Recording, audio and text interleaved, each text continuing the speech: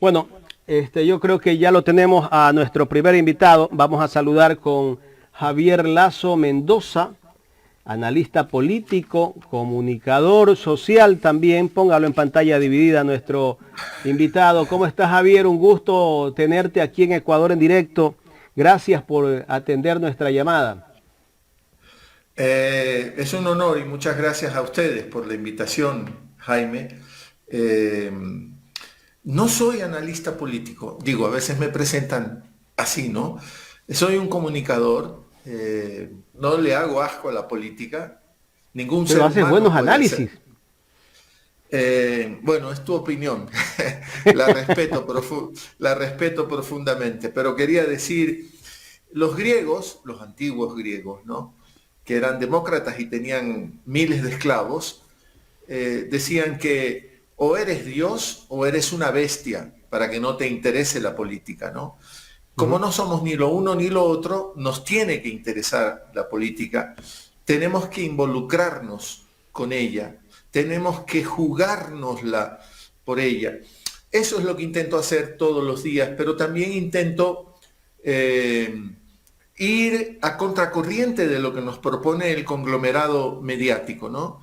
Ese que hace el lawfare, que persigue, que no informa, que solo opina, que bloquea, que blinda, que hace lo que ya sabemos, ¿no? Bloquea a los que no les gusta y blinda a los que tienen que proteger, ¿no?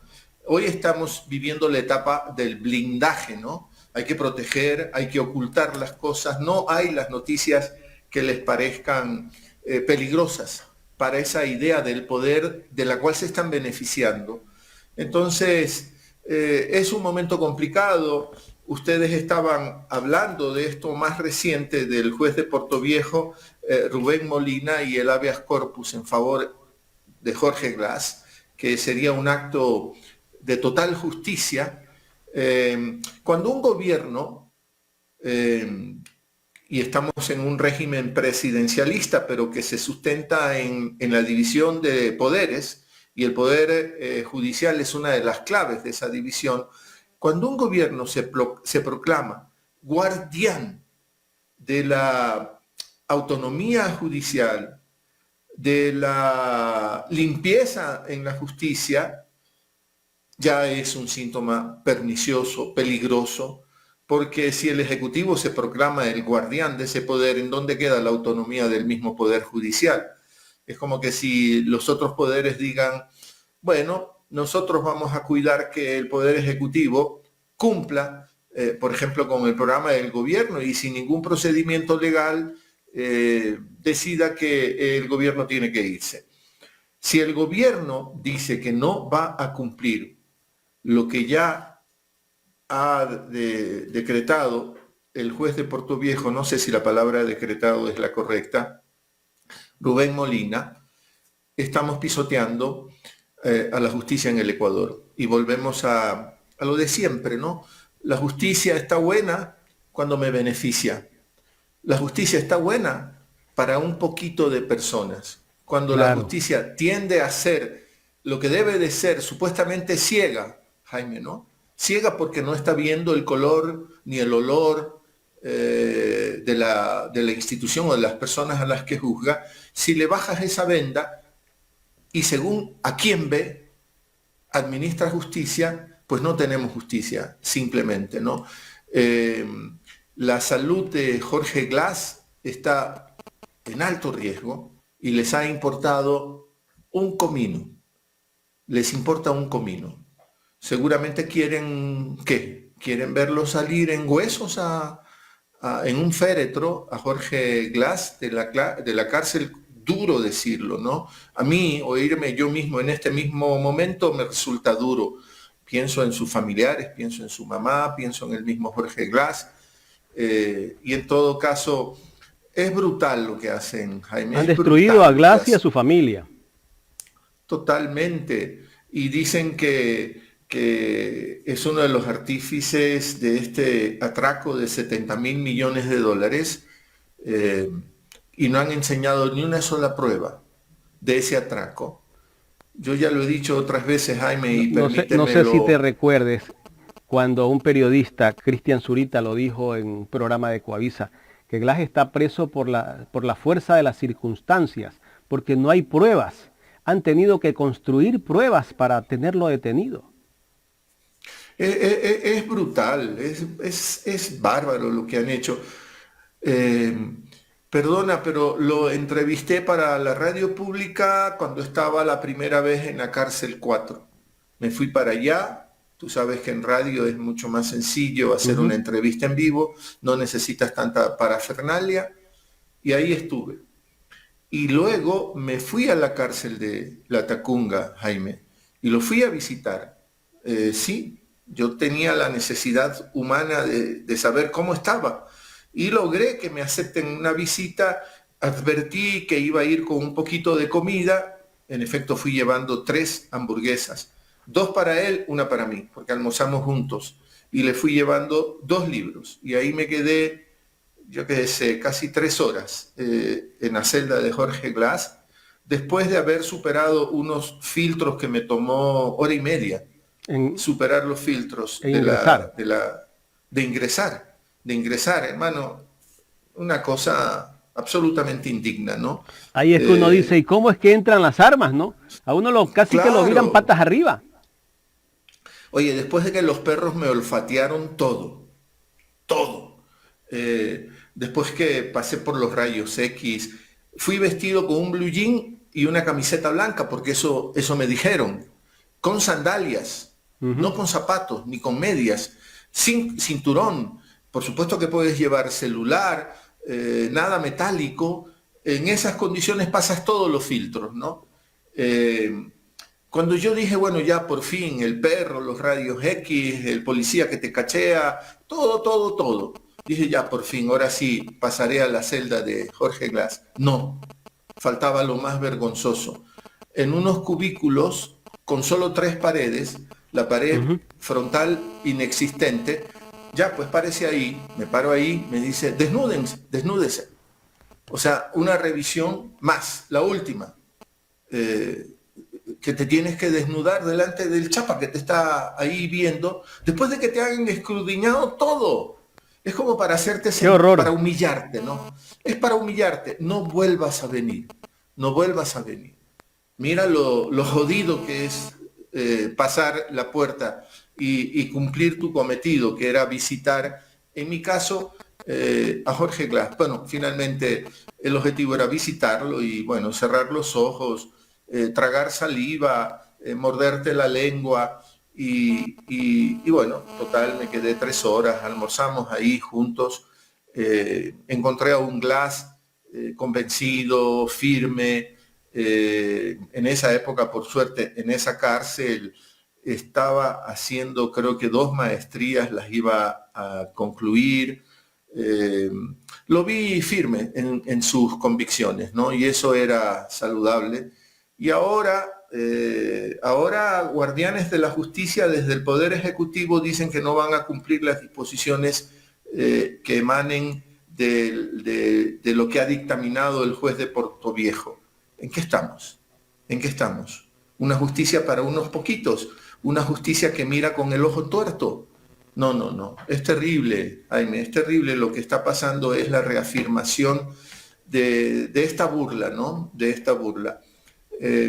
No quiero llenarme de adjetivos, peor yo, desde mi perspectiva, para que no sigan victimizándose. En fin, con esto hemos empezado, Jaime.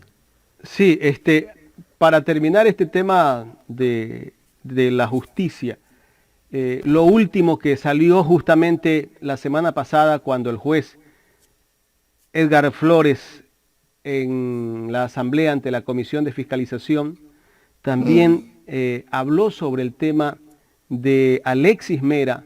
¿Por qué lo tienen detenido Alexis Mera? Simplemente por el linchamiento mediático, por evitar esa exposición ante los medios de comunicación, pero Alexis Mera debió salir desde hace muchísimo tiempo, lo dijo el juez Flores. ¿Y qué ha pasado? ¿Cuál es el eco mediático que han tenido semejantes declaraciones? Nada. Pasen, ole. que sigan resbalándonos todas estas cosas. Las declaraciones del juez Flores desvelan lo que ya sabemos.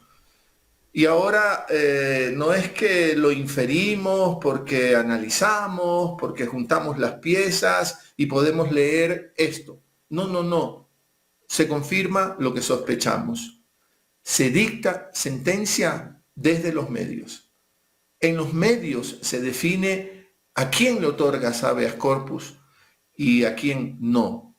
En los medios se está dictando sentencia y lo que pasa ahora también es una conjunción de poder político, ejecutivo, desproporcionado porque no guarda el balance que debería haber entre los poderes, y eso aupado nuevamente por los medios, porque no encontrarás en esos medios ninguna reflexión de lo que significan estas declaraciones abusivas del Poder Ejecutivo. Quedan para nosotros, quiero decir, los medios digitales, que también quiero decir que no alcanza para contrarrestar tanto poder mediático como el que tiene ese conglomerado, que he de insistir otra vez, está prendido 24 horas al día, los 7 días a la semana, ¿no? Y que nos tiene subordinados, nos tiene aplastados, no hay forma. Sí, Jaime, yo me defiendo no viendo esos noticieros, no leyendo esos periódicos. Sí, lo tengo entre mis favoritos al Comercio del Universo por la revisión desde muy tempranito en la mañana que hago, pero el Universo y el Comercio en minuto y medio, solo para ver Pero los sí, tenemos que por lo menos ver los titulares, de allí Exacto, por lo ¿qué menos están para diciendo? enterarnos qué están Sí. diciendo. Exacto, eso hago también yo. Los noticieros de televisión ya eso es demasiado. Ya no los podría, no los veo sinceramente. Eso ya es demasiado, ya por mucho que me vacíe 2 tarros de Milanta en mi estómago antes de ver esos noticieros, los voy a soportar. Noticieros internacionales, acabamos de ver lo que ha pasado en la posesión en Colombia. Desde lo emocional, muy lindo, ¿no? Porque me gustó mucho el discurso de Petro, me trajo a mi cabeza unos momentos históricos relativamente recientes que hemos vivido en el Ecuador, cuando se proclama primero al ser humano por encima del capital y se habla de la dignidad que merecemos como personas y que merecemos como sociedad, como pueblo. Se habla de lo social. Los países de América Latina, la primera tarea es reducir las brutales brechas que hay entre los poquitos que tienen todo y los casi todos que tienen nada. Y seguimos campantes. ¿Cómo podemos vivir rodeados de eso? Amurallándonos. Nos vamos a amurallar. Estamos haciendo virtualmente esta conversación, entonces no tengo que poner una muralla. Pero si estuviera en tu estudio, primero construye una muralla, porque no sé qué me va a hacer Jaime. ¿Qué será lo que me puede hacer Jaime? Entonces primero te exijo que me pongas una muralla para defenderme. Estas locuras en las que estamos viviendo, ¿no? Cuando asistes a otros contextos que tienen mayoritariamente las llamadas clases medias, que tributan mucho, pero que tienen asegurada la educación, la salud, mucho más seguridad, no son el paraíso terrenal, tampoco hay locuras, y de cuando en cuando asistimos a matanzas de algún loco que sale con una pistola o un rifle. Sí, también asistimos a eso, no estoy diciendo que son paraísos, pero como son mayoritariamente clases medias, se han garantizado aquellas cosas que nosotros las tenemos todavía a años luz y que no nos animamos a empezar a trabajarlas. Y cuando lo hacemos, la acusación es de antidemocracia, la acusación es una caterva de corruptos, se inventan todo lo que se inventan y te van a perseguir porque lo que los mueve, insisto, he de insistir, es el miedo. Más que el odio es el miedo. Que vuelva un gobierno que nos haga tributar lo que tenemos que tributar. Que vuelva un gobierno que cuide que no haya abusos, porque la tendencia es que si en un contexto tú tienes un desproporcionado poder, puede ser que abuses. No digo que necesariamente abuses, pero alguien tiene que vigilar que no abuses, para que no te aproveches de tu poder y jodas al más débil, ¿no? Y entonces no quieren eso. No quieren que haya un Estado existente. Para eso está el Estado. Para cuidar, para vigilar, para...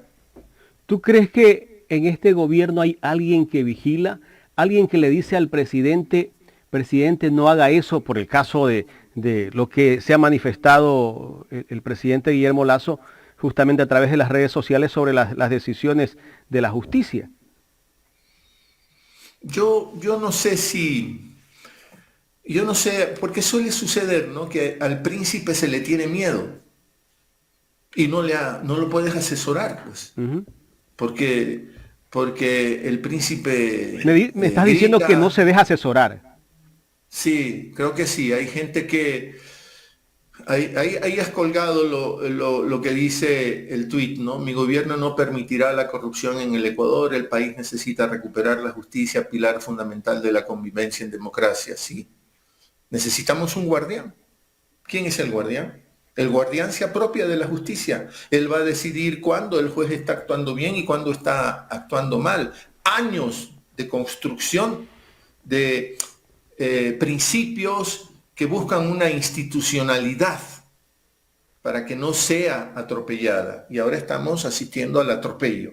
Y entonces seguiremos con ese problema, ¿no? El desbalance entre los poderes. No sé si se deja asesorar, no sé si hay un círculo, porque la verdad también sea dicha, ¿no? Con el corazón Javier, en la mano. tú Sí. lo conoces más a tu hermano, ¿no? Yo me imagino, Pero uno yo no lo sale conozco ya mucho tiempo. Yo tengo más de 16 años sin que no tienes hablar. contacto. Yo he perdido la pista de mis sobrinos, por ejemplo. No sé, ya ni siquiera, no sé si los conozco, porque han sido muchos años. Y, por ejemplo, lo dejé de ver cuando el mayor, unos 20, 21 años, Ujú. y ahora son ya maltoncitos, ¿no? De 36, 37 años y mucha agua ha corrido bajo el puente. No sé, no me alegra eso. Lo natural sería que sí los conozca, ¿no? Lo natural hubiese sido que los haya podido disfrutar, ver su crecimiento en todos los sentidos, ¿no? Sobre todo el intelectual, ¿no? Haber compartido alguna buena película y yo poder llamar y decir, mírate esa película, te la recomiendo, he leído un libro chéverísimo, te puedo mandar una copia, léetelo. Eso es disfrutar de la vida con estos seres que forman parte de tu familia, pero yo no sé si los conozco, como tú dices, tú que lo conoces más. Lo conocí, compartimos una casa, un barrio, una realidad política, social, personal de la familia. Ya lo he dicho, barrio Orellana, un barrio de clase media, construido media baja, ¿no? Ujú. Había un actor, ¿no? Segura, creo que era su apellido, el de Guayaquil Superstar, que yo fue lo último que vi de Osvaldo ellos. Segura. Osvaldo Segura, que decía clase media tirando a subterránea, ¿no?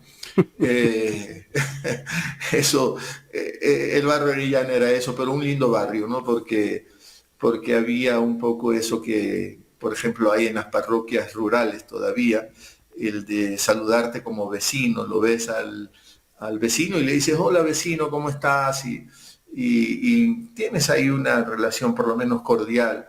El barrio Iriana era eso, ¿no? Un barrio complicado, ¿no? Se jugaba, como he dicho, fútbol en la calle. A veces hasta tenías que pelearte, lo cual no era muy bonito, ¿no? Claro. Eh, Así que no, Tú en fuiste esa época sí. vicentino, Javier, ¿no? Sí, sí, sí. Yo fui vicentino. Soy vicentino porque te queda una marca, ¿no? Donde hay Eh, una BR, hay un eh, campeón. Donde hay una BR hay un campeón en todo, en inteligencia. Jorge Delgado Panchana era BR y casi nos dio la primera medalla olímpica, ¿te acuerdas? Claro, en el Le 80, faltó, 81. tal vez, tal vez tú ni nacías, pero yo sí recuerdo, Mark No, ya Spitz era tenía 9 años tenía yo.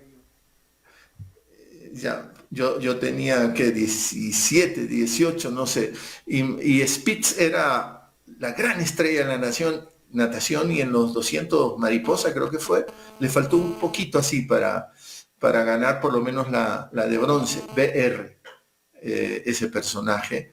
El pibe Bolaños, ahí sí que ni siquiera ¿Dos sabes en el quién es. Vicente? ¿A ¿Perdona? Jaime Roldós? Fue mi profesor, lo digo siempre con orgullo. Uno de los mejores profesores que he tenido en la vida.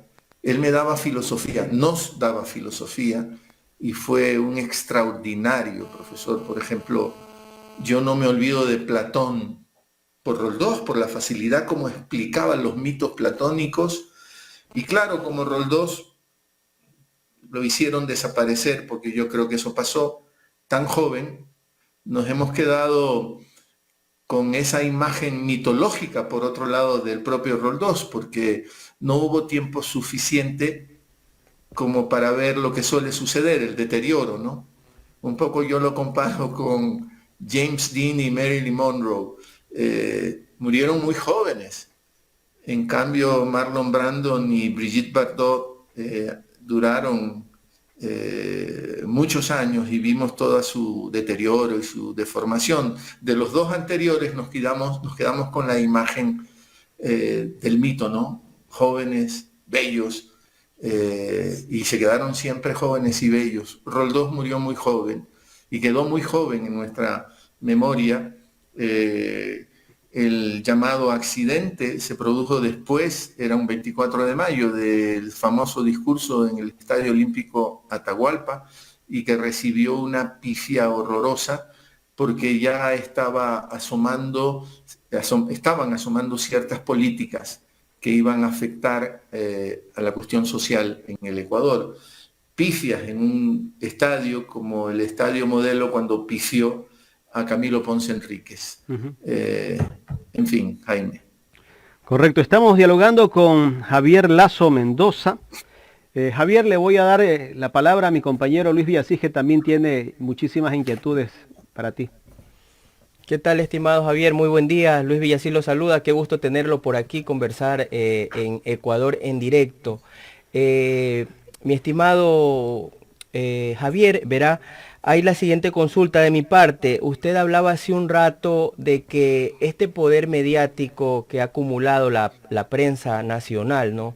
La prensa privada, mercantil, desde hace muchísimos años, 40, 50, 60, 100 años, y decía muy acertadamente que no alcanza a veces a los medios de comunicación digitales o los medios comunitarios para combatir todo esta muralla, ¿no?, en la que ellos han construido su poder y su verdad, entre comillas. Por ello usted planteaba crear una alianza entre plataformas para tener más fuerza en la comunicación pública y comunitaria, generando contenidos de calidad para la ciudadanía. ¿Cuál es esa idea de usted y cómo se podría desarrollar e implementar en el tiempo, en corto, mediano y largo plazo? Gracias, Luis. Buenos días también a ti.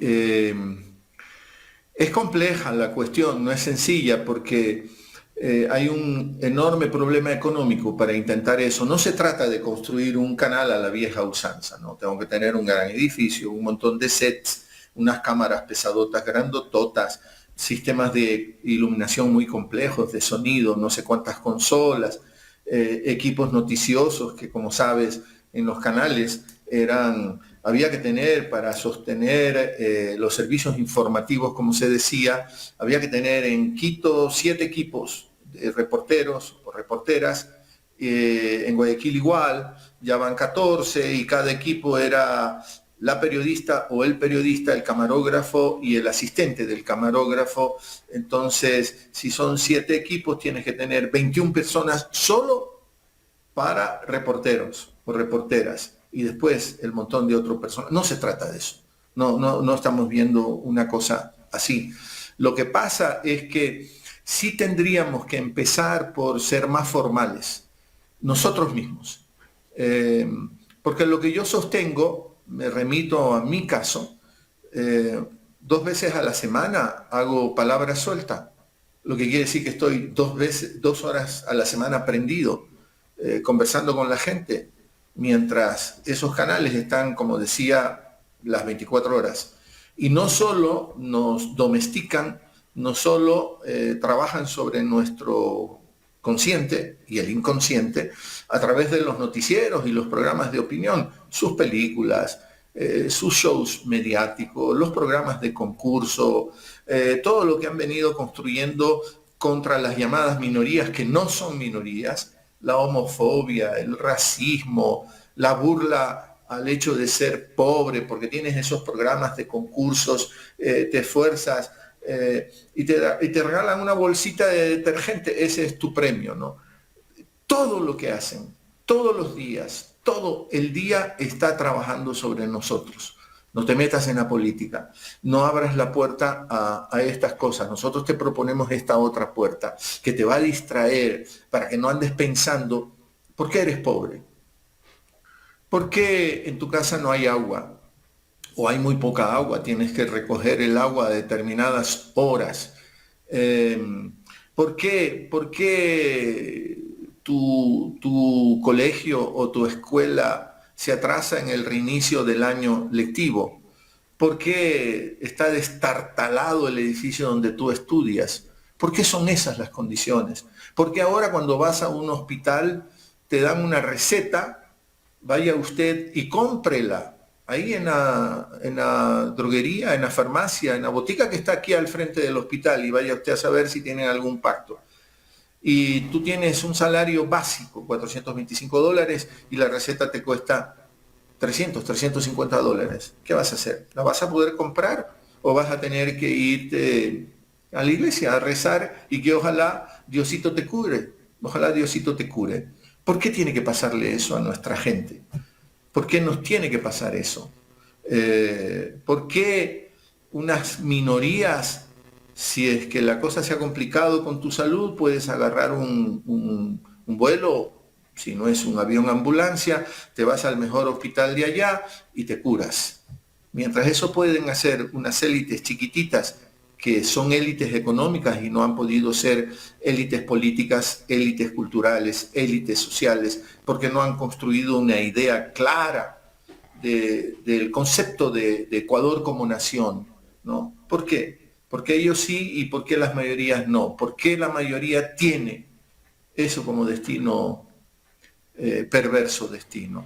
Entonces, estamos ante una situación muy penosa, así que tenemos que hacer un esfuerzo, digo yo, para estar encendidos 5 o 6 horas diarias.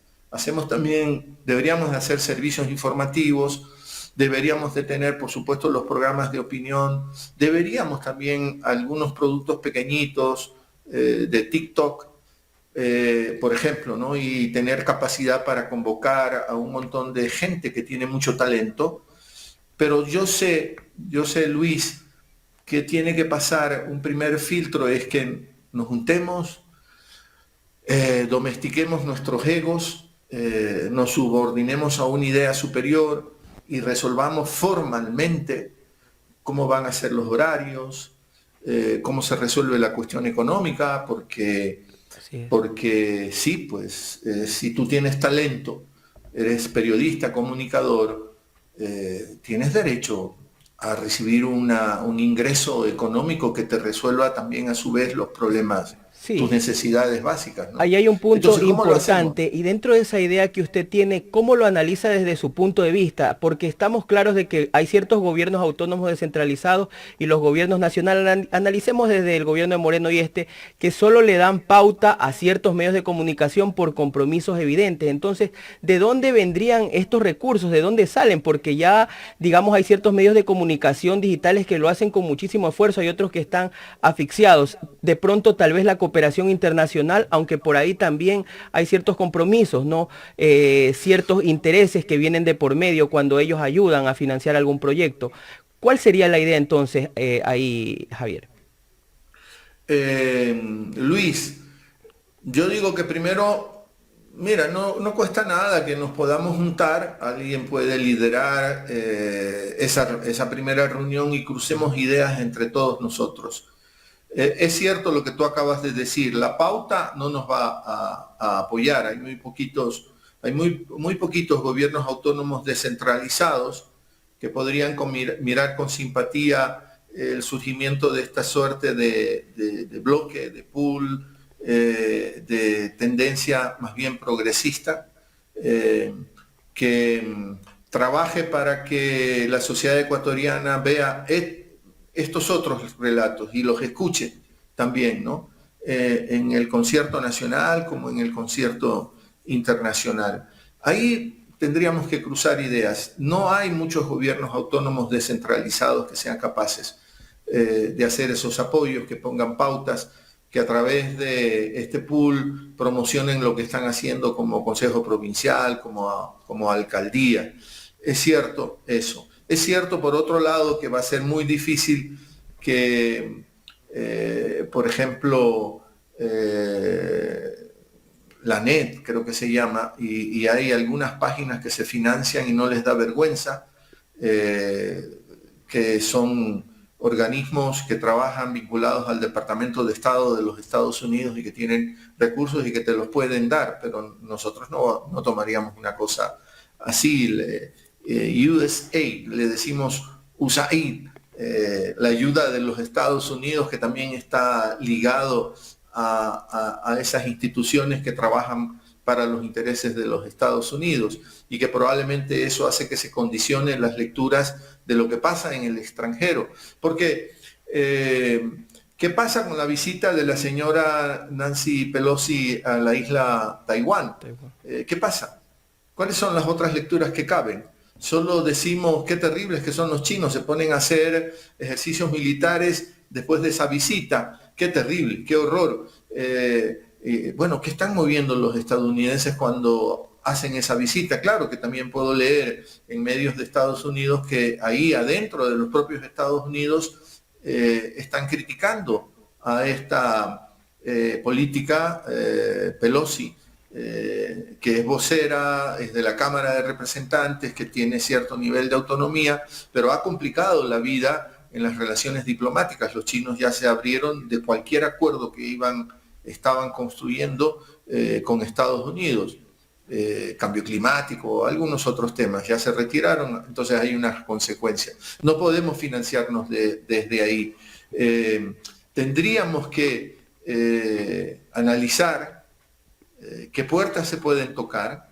Hay fuerzas, hay grupos, hay movimientos que le apuestan a la construcción de una sociedad un poquito más amplia, un poquito más democrática, que no creen en este concepto de la democracia restringida. La democracia está buena siempre y cuando me beneficie a mí. Si la democracia ya se me empieza a escapar de las manos, no nos sirve. Empiezo a bloquear todo lo que pueda significar la construcción de un discurso distinto. No es sencillo, Luis, estoy consciente de eso. Solo parto de una primera idea. Yo la lancé en una conversación con un grupo de ecuatorianos en Europa, de migrantes, que quisieron conversar, y yo dije, bueno, ya creo que es hora de que empecemos a juntarnos, ¿no? Así es. También me llama la atención que usted en algunos medios de comunicación digital que lo han entrevistado, usted menciona una palabra que la ratifica hoy en este medio de comunicación digital y que es importante también profundizar un poco ante nuestra audiencia. Usted hablaba de que las élites tienen miedo a la presencia de un Estado que reparta justicia social.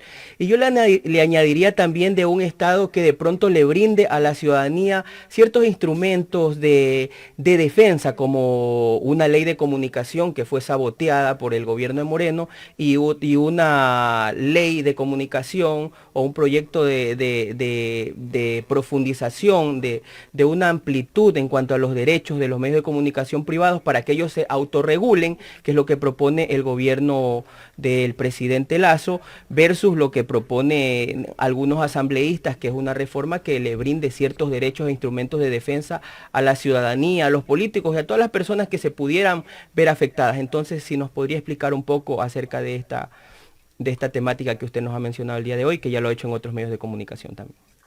Sí, Luis, hemos escuchado que la mejor ley es la que no existe. Que lo mejor sería que no exista una ley de comunicación, que ellos se comprometen a autorregularse. ¿Autorregularse? Si es puro abuso a lo que estamos asistiendo. es un medio digital, pero hace poco asistimos también a esta actitud de total irrespeto de este comunicador que está desde hace muchos años en el Ecuador, Carlos Vera, que le dice lo que le dijo al presidente de la Asamblea y no pasa nada. Este es el modelo de autorregulación que ellos proponen. Son defensores de ese concepto de la autorregulación. Necesitamos una ley de comunicación para controlar estos abusos, para que, ¿te acuerdas que en el Ecuador se había avanzado con el famoso tercio, ¿no? Porque no solo debe de haber medios privados, debe haber medios públicos y debe haber medios comunitarios para que la cuestión se equilibre, porque todos estamos usando un espacio que no le pertenece a nadie en privado y que es del Estado, ¿no? Las frecuencias. ¿Cómo se reparten esas frecuencias? ¿Cómo quedan claras las cosas? También he conversado en otros medios, hemos asistido a la venta de una radio, Radiovisión, acá en Quito. No nos queda claro que se venda, no, el señor Oquendo tiene derecho a retirarse, que se venda, pero que se aclare qué se vendió. Puede vender la frecuencia si no le pertenece. Además, cuando la obtuvo, se comprometió frente al Estado a unos objetivos. Claro. Él es el responsable de esos objetivos. Cuando supuestamente vende, el que compra, ¿qué va a hacer? Le ha explicado al Estado ecuatoriano qué va a hacer con esa frecuencia, que fue entregada bajo unas condiciones, bajo unos principios. Entonces estamos asistiendo a abusos. Esa es la autorregulación, la cantaleta de la autorregulación. Quieren autorregularse, que no haya ley de comunicación para hacer, ahí sí, como lo dicen muchas veces, lo que les da la regalada gana. Y en el contexto social no puedes hacer lo que te da la regalada gana. No puedes hacer. No puedes hacer eso. No debes de hacer eso. Puedes hacer lo que te parece, pero lo que te da la regalada gana, no. Y hay unas diferencias enormes entre lo uno y lo otro. Así que la ley de comunicación les perturba. Nos atacaron durísimo en el Ecuador, atacaron en la Argentina, y hoy España vive también una crisis profunda en la cuestión de comunicación e información, con el desvelamiento de esas conversaciones en donde los medios deciden a quién atacan, a quién van a matar, aunque sea simbólicamente, social y políticamente. Porque tienen las herramientas.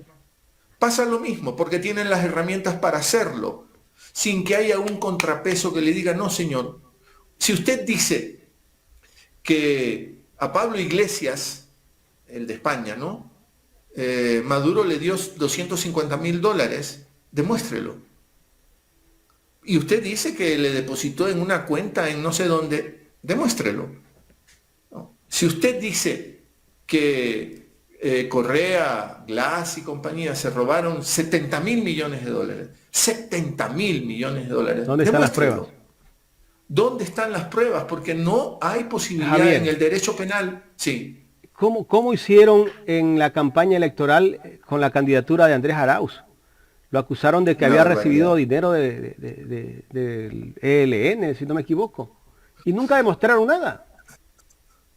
El funcional a todo ese discurso que lo amenazó tanto a Andrés Arauz y que lo tenía ocupado llevando las pruebas, asistiendo, ¿de dónde saca usted esta acusación? Perdiendo el tiempo para la campaña, ocupado de estas miserias. ¿Quién era el funcional a todo eso? Luis Verdesoto. ¿Lo recuerdas, Jaime, no? El secretario anticorrupción de ahora, del presidente. Exacto. Ahora tienen la desfachatez, no les importa.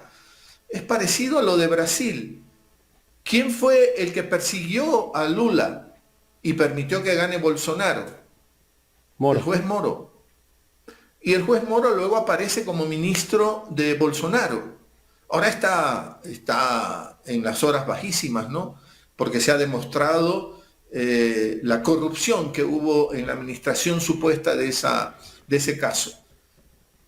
Puede ser que pase lo mismo en el Ecuador, que por fin asistamos al desvelamiento, aunque todavía estamos en el momento en donde los medios siguen haciendo lo que les da la gana, porque hemos tenido el juez que dice Alexis Mera debió quedar libre, pero no lo pudimos sacar libre para no suscitar la ira de los medios. Ujú.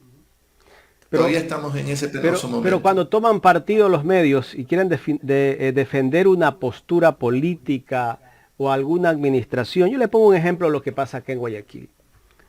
Acá en Guayaquil casi que los medios no publican nada de lo que no hace el municipio de Guayaquil o de las denuncias de supuesta corrupción que existen dentro del municipio.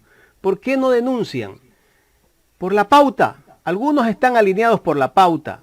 Y hay una asociación de medios que defienden ese pastel, esa torta, que no la comparten más que con 10 o 15 personas. Eso pasa, o sea, ahí es cuando uno dice, la culpa de cómo está el país en este momento, o cómo está la ciudad, la culpa también la tienen los medios de comunicación, porque ellos callan cuando les conviene, y cuando no les conviene, hablan, pero cosas que no son. Ese es el problema, Jaime, y aunque no logremos reunir el pequeño capital que necesitamos para hacer la inversión de arranque, porque hay que mejorar nuestras condiciones, incluso técnicas, ¿no? Pero ya digo, no es un canal en el que estoy pensando a la vieja usanza, pero sí deberíamos de tener pequeños juguetes, como dice un amigo que es parte de la plataforma en donde yo saco mi pequeño programa. Bueno, yo digo, por lo menos juntémonos, no perdamos el tiempo, yo no digo juntémonos N cantidad de veces. Nosotros estamos dispuestos a juntarnos también, Javier. Hagámoslo, Jaime. Y si no lo logramos, por lo menos que quede evidenciado lo que tú acabas de decir, la pauta. 30 años el social cristianismo manejando, va camino a 31 años, manejando la ciudad de Guayaquil, con la alcahuetería mediática. Porque, bueno, a Cintia Viteri se le han escapado algunas cosas que ya no ha podido controlar, pero a Febres Cordero, a Nebot, jamás. Y Cintia Viteri hoy tiene el lío con el diario El Expreso. Y la alcaldesa dice, y es porque la pauta, ya están entre ellos. Ella lo dice de frente. Sí. Porque no les da la pauta. Sí. Exacto, exacto. Y Expreso, dale, le va a seguir dando, ¿no? Es un caso de análisis eso, ¿no? ¿Tú te acuerdas? Sí. Perdón que te interrumpa. ¿Tú te acuerdas cuando estaba Rafael Correa en el gobierno, tuvo 10 años gobernando el país? Ellos decían el dictador. Pero cuando se habla de la administración que llevan en el municipio de Guayaquil, ellos dicen es que no podemos poner en riesgo el progreso de la ciudad. Progreso de la ciudad. O sea, cuando ellos están en el poder, no hay que arriesgar el progreso. Mira, Guayaquil también es mi ciudad, Jaime. Y aunque ya vivo muchos años en Quito, también he vivido un poquito afuera, Guayaquil sigue siendo mi ciudad. Esa marca de identidad guayaquileña no te la quita nadie. Yo viví mis primeros 23 años en Guayaquil y ahí te marca y te forma esas fortísimas experiencias que tienes en esos años de la juventud. Guayaquil es mi ciudad, pero hoy Guayaquil está catalogada como entre las 3 ciudades más peligrosas de la región. Da miedo. En Guayaquil da miedo. Eso es modelo exitoso, Jaime. Tú tienes que poner 20.000 candados a la puerta de tu casa y aún así te la van a derrumbar. Porque no te sientes seguro. A mí me bajaron del carro, se me llevaron el carro la semana pasada. Mira tú. Yo he visto reportajes porque me he vuelto medio, la convertí a la televisión de mi casa, compré un aparatito, una cajita ahí, el técnico me explicó, para que sea Android, mi televisión también tenga ese lenguaje y poder ir al Play Store. Mira todas las palabras en inglés que tenemos que usar por la subordinación ideológica e intelectual.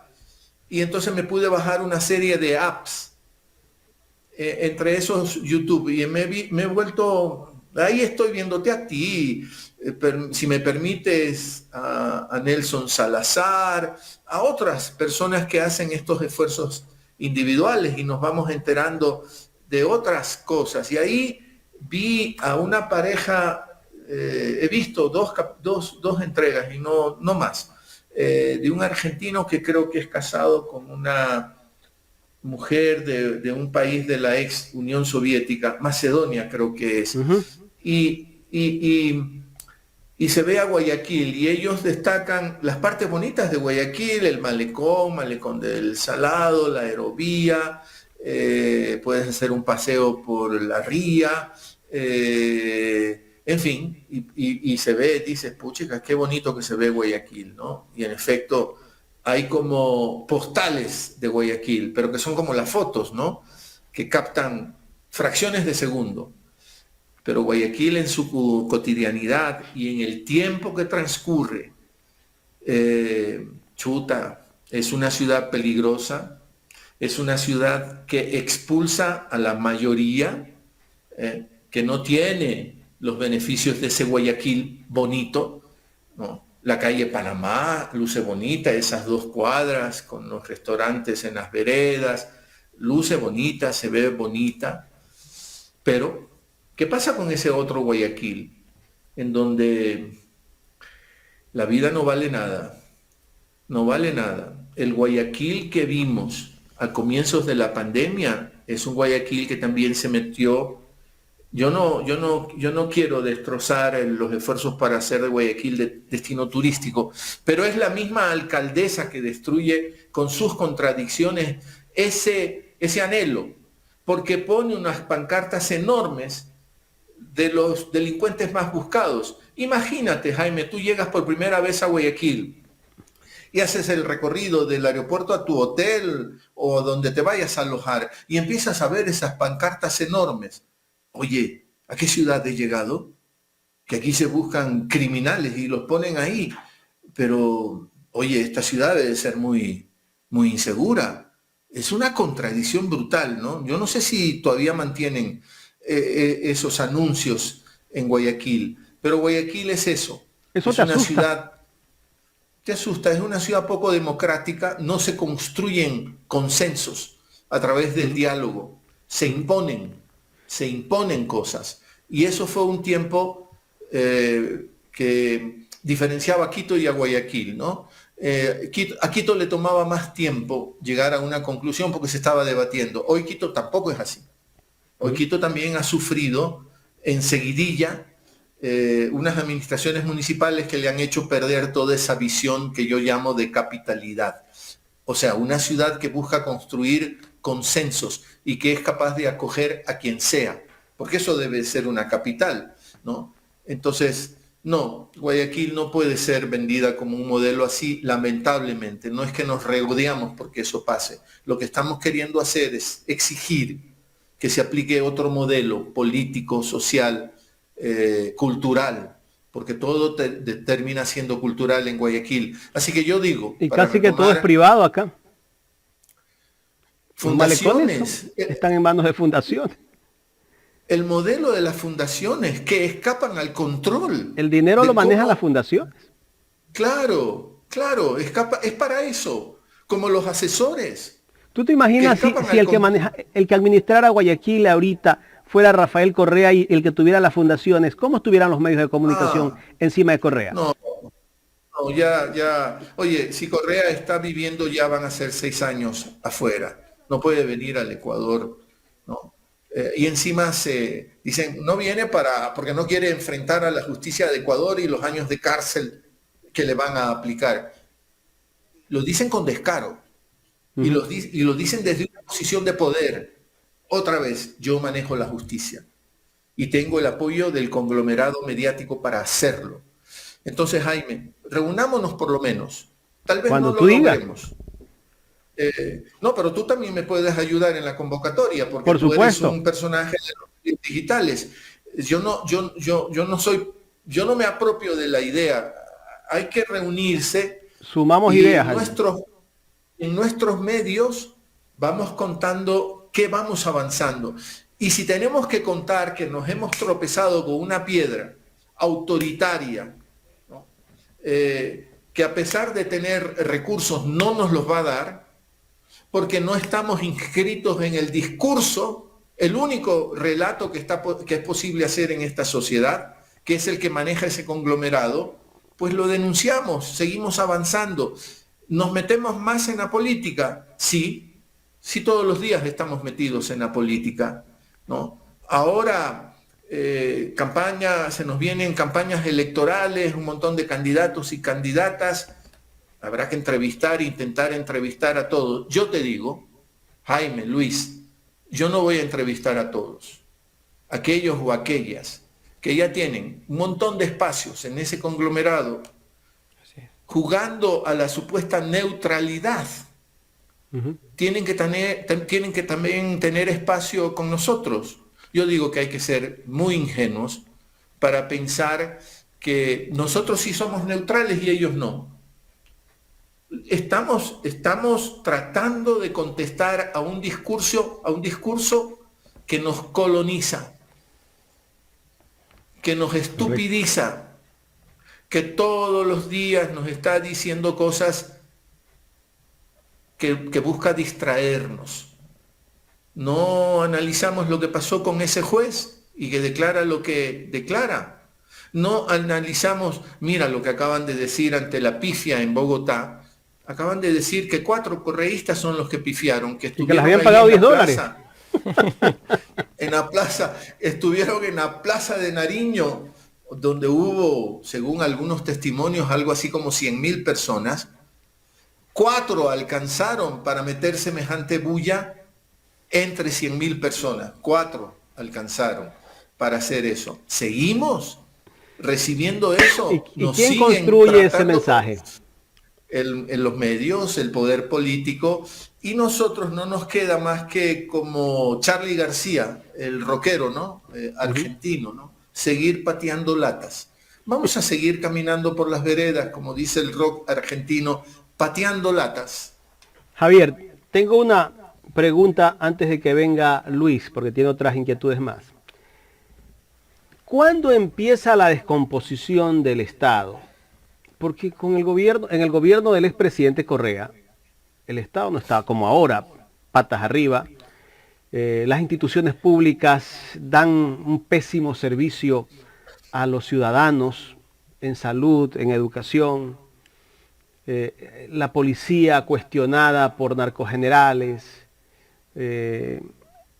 Los centros de rehabilitación se han vuelto una especie de carnicerías donde se mata a la gente, donde al gobierno, cuando le toca enfrentar la realidad de lo que está pasando en el Ecuador, el presidente dice, la culpa no es mía, la culpa es de Correa, porque Correa pactó con las bandas del crimen organizado.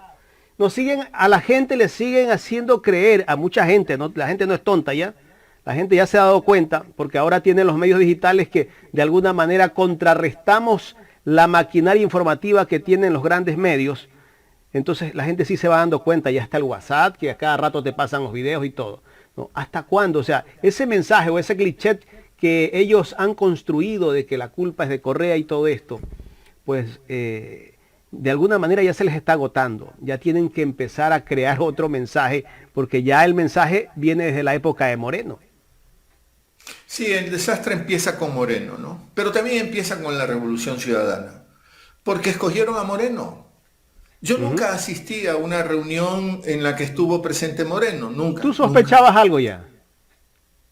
Muchísimo, muchísimo. Tuve la desgracia de conocerlo en otro contexto, en un club social de Quito.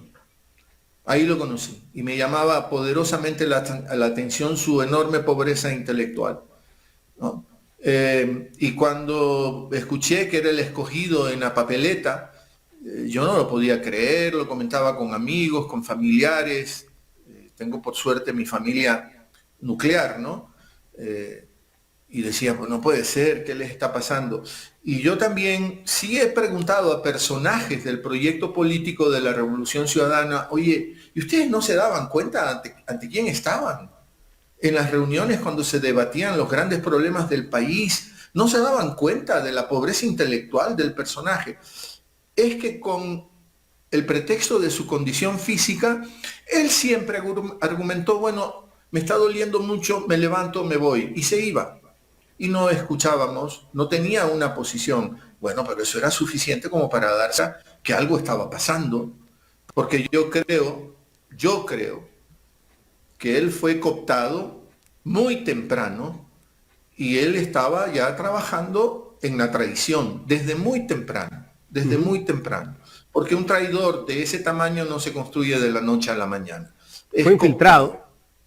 Fue cooptado de a poco bueno, no voy a ser hollywoodense, no voy a contar un relato al estilo Hollywood, ¿no?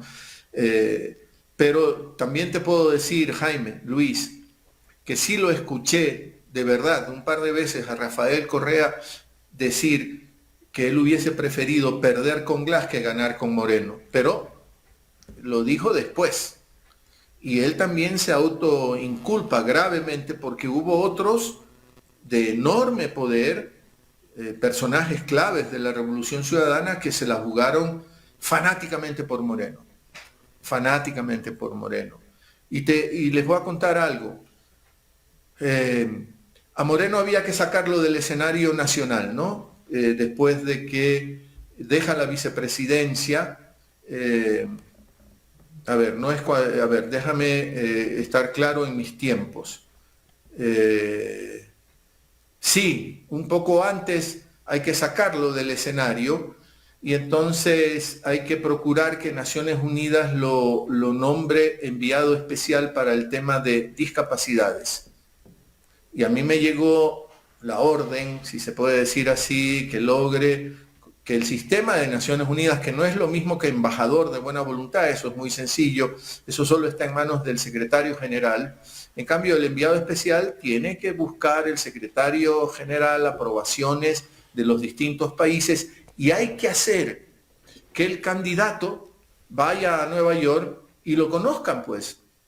A este señor el Ecuador lo ha propuesto como enviado especial para discapacidades. Se reúna con la misión de determinados países europeos, de América Latina, de todas partes, que lo quieren conocer.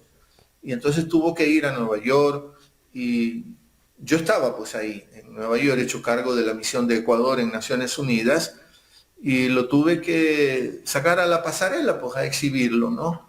Y ahí también era terrible, las pobrezas intelectuales de las que hacía gala y yo siempre lo vi que fue a Nueva York acompañado de este señor Macías, que parece ser que es la pantalla en toda esta cuestión de los INA Papers, que también otra vez los medios nunca, ahí están, pues, ¿dónde están los equipos de investigación de los medios? Nunca se hicieron cargo de ese tema, lo blindaron, lo alcahuetearon. Ahí empezó todo el desbarajuste con Moreno, por supuesto que con Moreno. Y Moreno construyó lo que bien podríamos resumir como el trujillato, que es el que desbarata todo lo que se había construido en los 10 años y un poquito más de la Revolución Ciudadana, que también venía de un desbarajuste de la historia del Ecuador más reciente. ¿Cuánto duraban los presidentes? ¿Cuánto duraban los presidentes? Teníamos que salir en manifestaciones y se caían. Bucarán, Maguad, Lucio, más allá de que si fue justa o no fue justa, la cuestión de lo de Bucarán, por mucho que nos impactaba su estilo, incapacidad por demencia, por locura, chuta, eso fue como muy tirado de los cabellos, como muy forzado, en fin, ¿no? Pero veníamos de una enorme inestabilidad y la Revolución Ciudadana trajo esta estabilidad y después ya vino Moreno, destruyó todo lo que se construyó, asistimos impávidos a ya pues la destrucción de las carreteras, que no son solo carreteras, todo lo que significa tener buenas carreteras, las universidades, la salud pública, y el Trujillato, con el nombramiento de los funcionarios de alto nivel que hizo, Fiscalía, Procuraduría, Contraloría, todo lo que hizo se puso al servicio de la destrucción y la persecución a todo el concepto de revolución ciudadana, porque se persiguió a Andrés Arauz, eso no lo podemos ocultar. Nunca demostraron el supuesto aporte de la guerrilla colombiana, pero le quitaron tiempo a Andrés Arauz, más allá de ciertos errores que también se cometieron, porque más que ganar, sí, se podría decir que se perdió esa elección, no tanto porque el otro nos ganó, sino porque se perdió por errores que se cometieron, como quedarse al final de la campaña sin un estratega de campaña, ¿no? Mientras los otros contrataron quizá al más perverso que había, que no es ningún tonto, Jaime Durán, la candidatura de Andrés Arauz se quedó para el tramo final, ¿no? Esa historia parece ya muy vieja, pero fue así. Así que hoy estamos destruidos, asistimos a eso, no por gusto que un 80% de la gente del Ecuador está absolutamente insatisfecha, está pasándola muy mal, no cree en lo que dice el gobierno y bueno, aquí estamos, ¿no? Moreno, el gran traidor, y que está gozando de impunemente fuera del Ecuador, nunca dio una explicación, entregó a Assange, por ejemplo, es una de las traiciones que también a mí particularmente me duelen. Ahí está Assange, periodista, ¿no?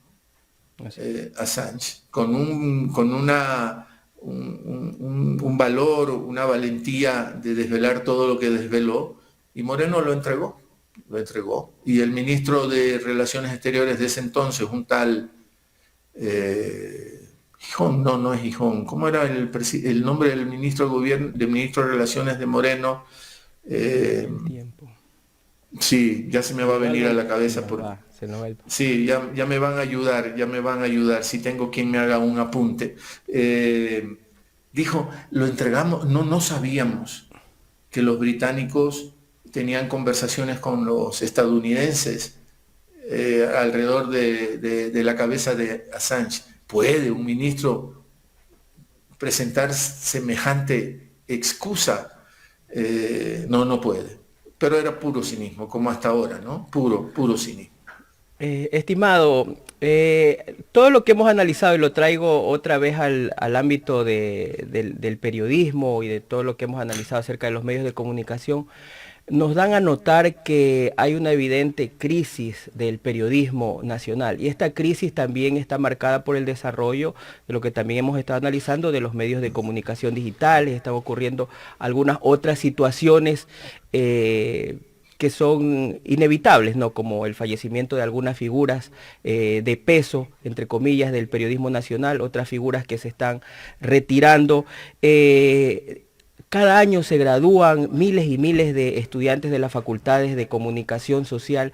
En ese sentido, ¿cuál podría ser la oportunidad histórica para formar una nueva generación de periodistas con ese digamos, ese equilibrio, con esa frontalidad y con esa definición también política? Porque muchos comunicadores sociales también tienen, obviamente no influyen en su trabajo, pero tienen una posición ideológica y una posición política marcada. Tal vez será una opción, una universidad popular en la que personajes como usted o como otros comunicadores digitales puedan ir preparando luego de que salen de la universidad o en el transcurso a estos estudiantes para crear en las próximas décadas una nueva narrativa que oriente la opinión pública, mi estimado Javier. Luis, yo conozco de universidades que ya han elaborado, construidos. Oye, José Valencia, perdóname la digresión, es el nombre del ministro de Relaciones Exteriores de Moreno, ¿no? que dijo no saber que los británicos tenían un pacto con los estadounidenses alrededor de Assange. Digo, conozco universidades que tienen maestrías en periodismo, ¿no? Y conozco jóvenes periodistas que han hecho esas maestrías y que están en otro momento, son muy capaces. Yo creo que debemos de apoyar la ley de comunicación, incluso por esa razón, porque si el espectro radioeléctrico lo trabajas con ese tercio, y entonces pueden ir surgiendo una mayor cantidad en el periodismo comunitario, en los medios públicos.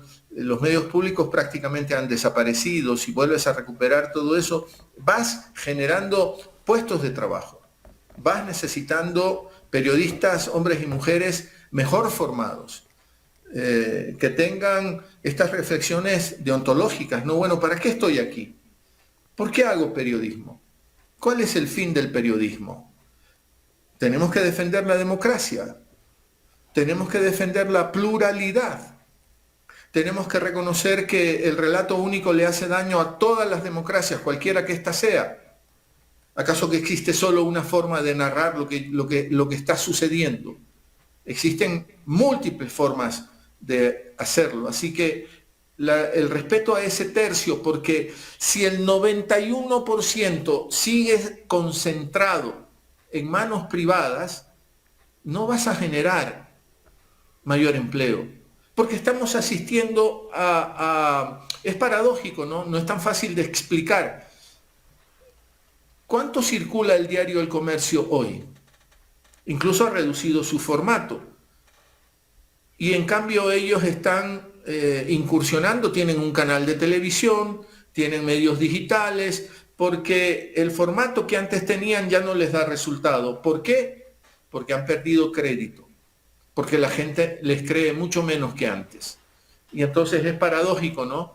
Porque este mundo de lo digital, que corresponde tenerlo a esfuerzos como el de ustedes, como el que también nosotros hacemos, y hay otros y otras que están haciendo el mismo esfuerzo, ahora también pretende ser cooptado por los medios formales. Y han venido a crear distorsiones también en el mundo digital, porque tampoco es el reino de los justos, ¿no? El mundo digital, desde ahí también se bulea, se dicen un montón de mentiras, se construye ese relato que da paso a la posverdad, como le decían, al fake news, y a través de las noticias falsas se levantan juicios y condenas y se asesina política, socialmente, a un montón de actores, sobre todo políticos, y también pasa en el mundo digital.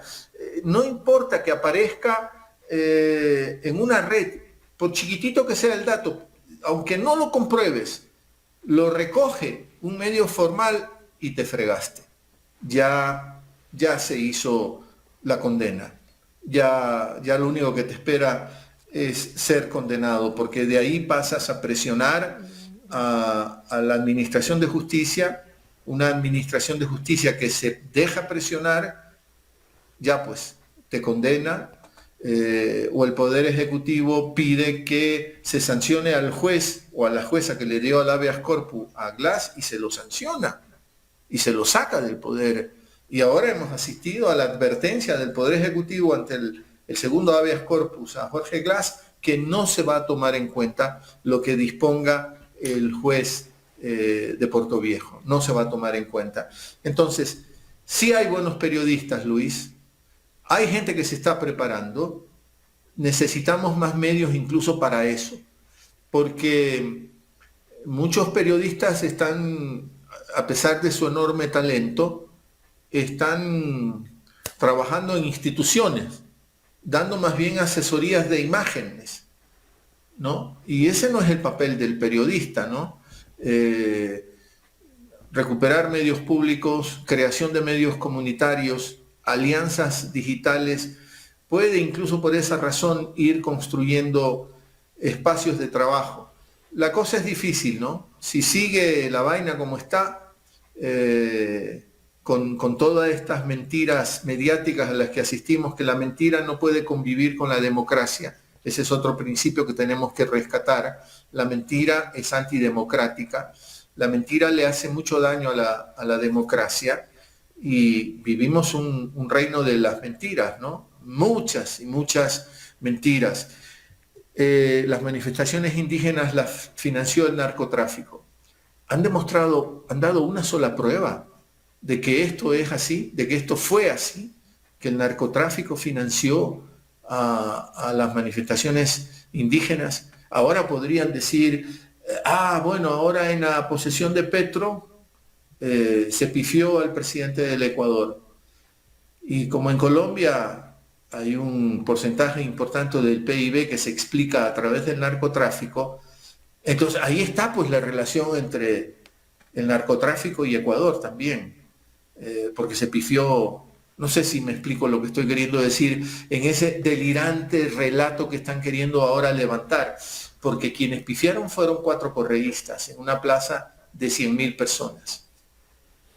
Mi estimado, de mi parte la última pregunta. Es evidente que usted con el presidente de la República, que es su hermano, no tienen una enemistad, pero sí tienen un distanciamiento, como usted bien lo ha mencionado, no solamente aquí, sino en otros medios de comunicación, ya desde hace algunos años. Y yo le consulto lo siguiente: no sé si ahora o en el futuro, después de que tal vez él ejerza la presidencia de la República en estos próximos años, usted cómo se ve en las relaciones con su hermano, lejos de que cada uno ya tiene una tendencia ideológica marcada, unas ideas marcadas y que probablemente no vayan a cambiar en el transcurso del tiempo, pero sin embargo en el aspecto familiar, usted se ve acercándose nuevamente a él, conversando de ciertos temas, como usted lo mencionaba en otro medio de comunicación, sobre alguna película, sobre la familia, sobre qué pasó en estos últimos años, reflexionar, tal vez abrazarse, darse la mano y reconciliarse si es que ha habido ese distanciamiento, que no es una enemistad, pero suele pasar incluso, como dicen los ecuatorianos, hasta en las mejores familias. Lo escuchamos, mi estimado Javier Lazo. Sí, gracias Luis por esta pregunta que resulta siempre complicada, pero que ahí está, siempre está. Digo, para aclarar, porque no fui muy coherente en una ocasión anterior, cuando se me compara o se nos compara con Rafael Correa y su hermano Fabricio, Guillermo Lazo y su hermano Javier, que soy yo. Digo, estas cosas también se dan porque antes podíamos hablar de lo que podríamos llamar pequeñas banalidades que forman parte de la vida. La vida también está repleta de estas cosas y que le dan mucho sentido también a la vida. Cuando tienes un hermano tan poderoso, la cosa se complica, porque si tienes un hermano con el que discrepas políticamente, pero no hay este desbalance de poderes, no se produce la crisis que se ha producido en estos dos casos. La diferencia es que yo, desde que Guillermo Lazo es poder, no he visitado y no visito y no visitaré ninguna dependencia pública. No pienso hacer ningún tipo de negocios. No pienso hablar con ningún ministro o funcionario que tenga un pedacito de poder, porque no me voy a beneficiar de nada, absolutamente nada. Es como que si allá hubiese una pandemia, estuviesen dominados por algún problema de salud y yo no quiero ni pisar por ahí esos territorios porque no me vaya a contagiar. Esa es una enorme diferencia, porque bien sabemos que en el otro caso, Fabricio tenía muchos afanes por hacer negocios y visitaba a los ministros y a altos funcionarios del gobierno de Rafael. No lo sé qué pase en el futuro. Mira, ya no va quedando mucho tiempo, Luis. Yo estoy ya transitando el 7º piso de mi vida. Ojalá que haya por lo menos 2 pisitos más y uno que otro penthouse. Y quede todavía un pequeño trayecto. No es que soy pesimista, ni mucho menos, pero es que es así. Es que es así. Los seres humanos tenemos que admitir nuestra finitud biológica, porque tenemos que dar espacio a los que vienen. Así es la vida. El no reconocer eso es un absurdo. Además, no hay nada que hacer. Es irremediable. Eso es irremediable. Así que no nos queda mucho tiempo. Cuando tú andas por los 30, los 40, ya yo me caigo, tengo tiempo para levantarme y comenzar de nuevo. Y poco a poco ya la vida te va quitando esas opciones, te las va quitando, te las va quitando. Entonces, no sé qué pase a futuro, son muchos años en esta locura. Es penoso, pero ya lo he dicho también, vengo de una familia muy numerosa, éramos 11 hermanos, hoy somos 10, lamentablemente murió mi hermano mayor en medio de la pandemia, no por COVID, sino porque en medio de la pandemia no se lo pudo atender como era debido en Guayaquil, y Guayaquil estaba viviendo esas imágenes desastrosas, ¿no? Los ataúdes de cartón, los cadáveres en las veredas, y ese miedo porque parecía que, oye, si me acerco me va a contagiar y me voy a morir yo también. En fin, quedamos 10 y con casi ninguno tengo relación porque lo mío es terrible, ¿no? Lo mío es una traición. Yo no tengo derecho a conservar la visión de la vida, de la sociedad, de la literatura, de la poesía, del cine, de la música, de todo lo que me ha ido constituyendo y nos va constituyendo, porque es así para todos los seres humanos, es así para todos nosotros, como que si hoy he perdido ese derecho a optar por un canon propio, por unas referencias propias, que no me las inventé hace 16 años. Más bien me las inventé, me fueron permeando, se me fueron metiendo a mis 15, 16 años, o sea, hace muchos años atrás. Esto que soy hoy no me lo inventé hace 16 años. Voy a cambiar de canon porque quiero darle la contra a mi hermano que tiene unos afanes políticos que fueron sorpresivos. Yo tengo que confesar que nunca pensé que él se iba a meter en ese sendero de la política.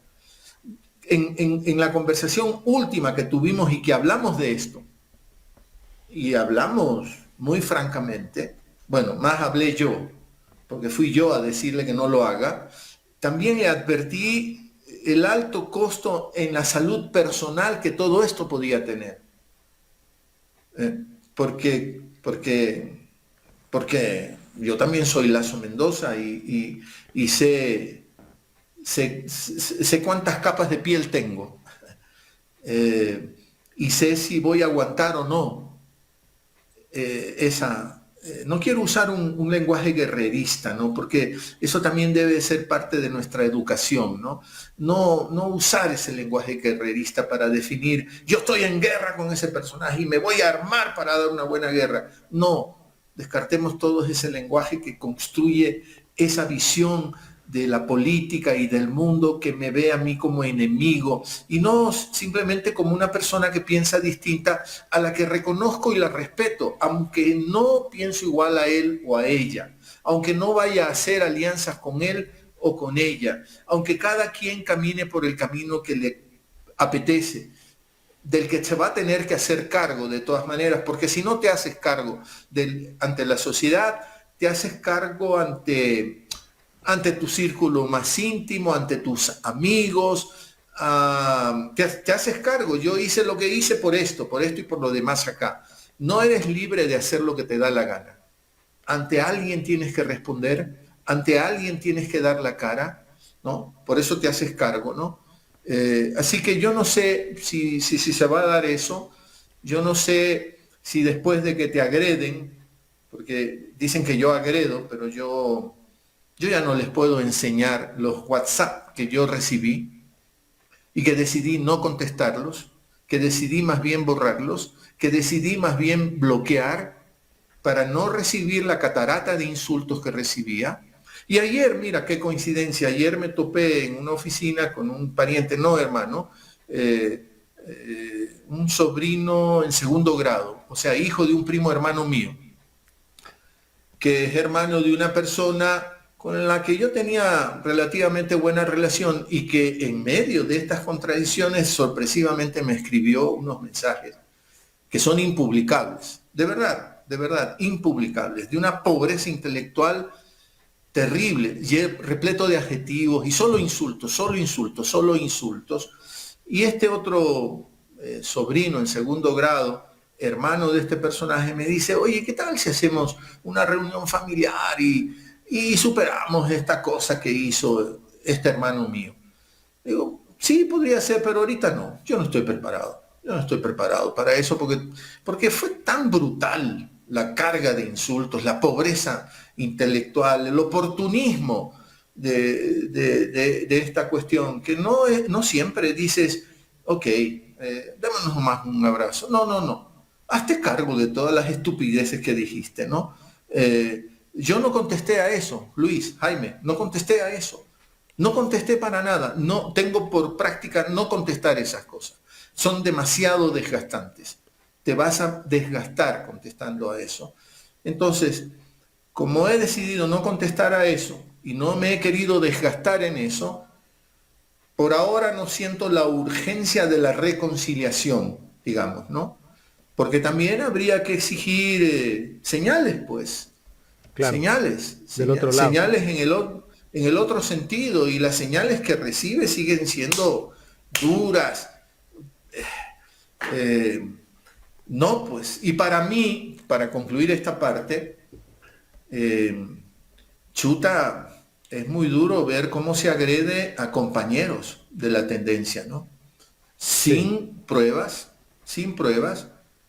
repletos también de adjetivos, perversidad pura. Es muy duro también eso, ¿no? No es que no es que venga a darme a mí un abrazo, oye loco, pero también, oye, déjame ver que cómo proceso todo lo demás, todo lo que has venido diciendo de esto. Entonces yo también me he preguntado, ¿soy yo el que tiene que cambiar? Los demás no cambian. ¿Por qué? ¿Por qué esa subordinación? Porque el poder es el poder y el poder siempre tiene la razón. No, al poder lo enfrentamos. No somos héroes, no es que quiero irme a poner el pecho y que me repleten de balas. No, eso no tiene sentido, ¿no? Así que no avisoro un futuro cercano en donde fumemos la pipa de la paz. No sé fumar pipa, no es tan fácil. Ni siquiera aprendí a fumar un cigarrillo, nunca fumé, por suerte. No sé si por suerte. Al final del día, por muchos cuidados que tengas, los deterioros físicos llegan porque llegan, es inexorable.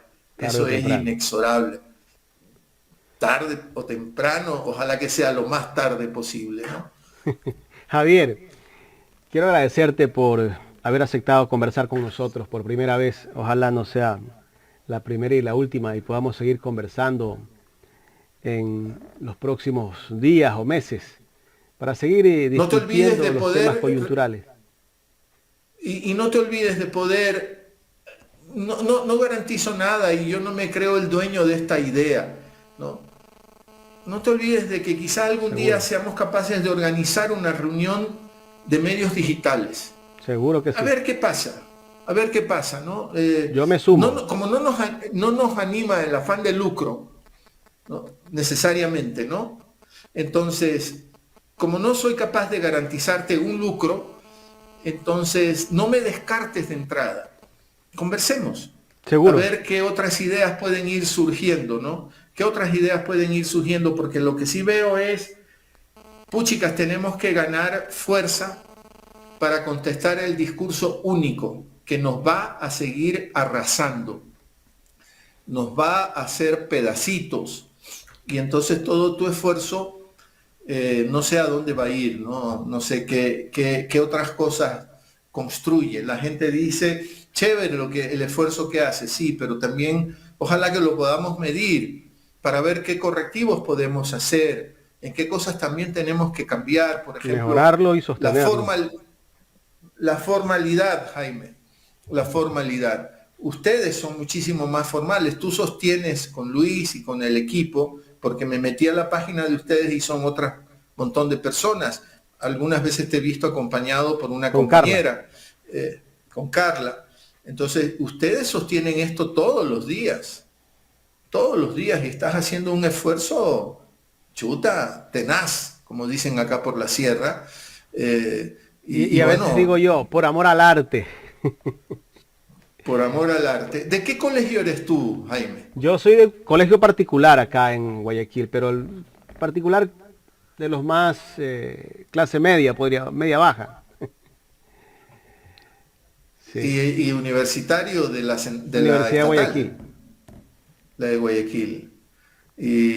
O sea que eres formado en la parte académica ya de tercer nivel en lo público. En lo público, sí. ¿Y tu caso, Luis? En mi caso yo también soy de la universidad pública y de colegio fiscal. Chévere. Mira tú. Como yo también soy preguntón, no he podido contenerme y también lanzo preguntas. Dejar de ser comunicador. Sí, es imposible, pero hasta eso nos une. Por supuesto. Hasta tenemos que defender lo público por esas razones, ¿no? Así que bueno, muchísimas gracias. Yo soy el agradecido.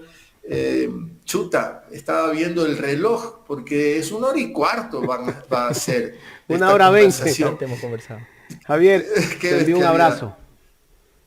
Muchas gracias. Retribuido está. Para ti, para Luis, para Carla, para quienes hacen este esfuerzo, ¿no? Cuídense mucho, trabajen bastante y veamos si nos podemos aliar. Por supuesto. Gracias, Javier. Muchas gracias.